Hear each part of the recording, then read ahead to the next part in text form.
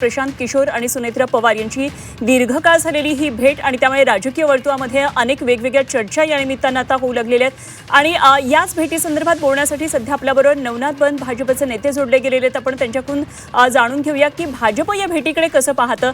नवनाथजी, सगळ्यात महत्त्वाचं, प्रशांत किशोर यांनी आत्ता नुकताच बाराबंकीमध्ये भाजपच्या उमेदवाराचा पराभव केलेला आहे आणि लगेचच 48 तासामध्ये येऊन ते सुनेत्रा पवारांना भेटतात। राजकीय रणनीतिकार जरी ते पक्षाचे असले तरी तुम्ही या भेटीकडे कसं पाहता? कारण भाजपमध्ये प्रशांत किशोर यांच्याबाबत एक नाराजी असल्याचं बोललं जातं।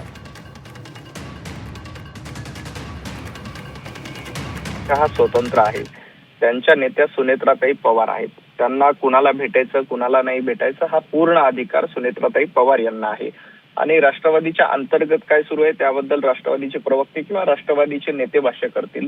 जोपर्यंत प्रशांत किशोर यांचा प्रश्न आहे, प्रशांत किशोर हे भारतीय जनता पार्टीच्या विरोधामध्ये बिहारमध्ये निवडणूक लढले आणि जिंकले सुद्धा, पण प्रशांत किशोर फक्त एका राजकीय पक्षाचे प्रतिनिधी नाहीत तर ते एक रणनीतिकार म्हणून देखील ओळखले जातात। याआधी त्यांनी भारतीय जनता पार्टी सोबत देखील रणनीतिकार म्हणून काम केलेलं आहे। आता सुनेत्राताई यांच्या बरोबर भेट घेऊन त्यांना पुढच्या रणनीतिकार म्हणून त्यांना मार्गदर्शन करणार असेल तर त्याबद्दल भारतीय जनता पार्टीचं आक्षेप किंवा त्यावर वावगं वाटण्याचं काही कारण नाही।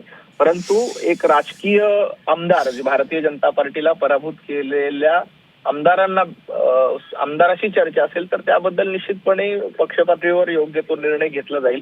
पण रणनीतिकार प्रशांत किशोर यांच्याशी भेट घेतली असेल तर भारतीय जनता पार्टीला त्यातलं आक्षेप असण्याचं काही कारण नाही। हो, पण मग आपण आता याच्याकडे कसं पाहता? कारण एकतर तुमची 95 पासूनची ही बाराबंकीची सीट होती, आतापर्यंत भाजपचं इथे वर्चस्व होतं, अशी जागा ते जिंकून आलेले आहेत आणि दुसरीकडे तुमच्याबरोबर सत्तेत ज्यांनी शेअर केलेली सत्ता आहे ती म्हणजे राष्ट्रवादी, त्यांच्याशी येऊन इथे ते बोलतायत। भलेही ते रणनीतिकार असले तरी भाजपमध्ये आणि राष्ट्रवादीमध्ये यामुळे काहीतरी बेबनाव होण्याची शक्यता आहे का? कारण तशी राजकीय वर्तुळामध्ये आता कुजबूज सुरू आहे।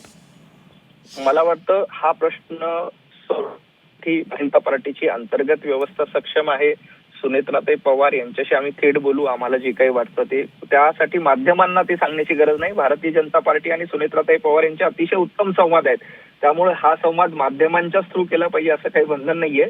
आम्ही आमच्या इंटरनल पातळीवरती चर्चा करू। अर्थातच तेच अपेक्षित आहे, मात्र तरी सुद्धा आपलं मत ह्यासाठी विचारतो की कारण ही राजकीय वर्तुळात एक माध्यमांमध्ये आता चर्चा सुरू झालेली आहे की एक महायुतीत हा मिठाचा खडा तर नाही ना?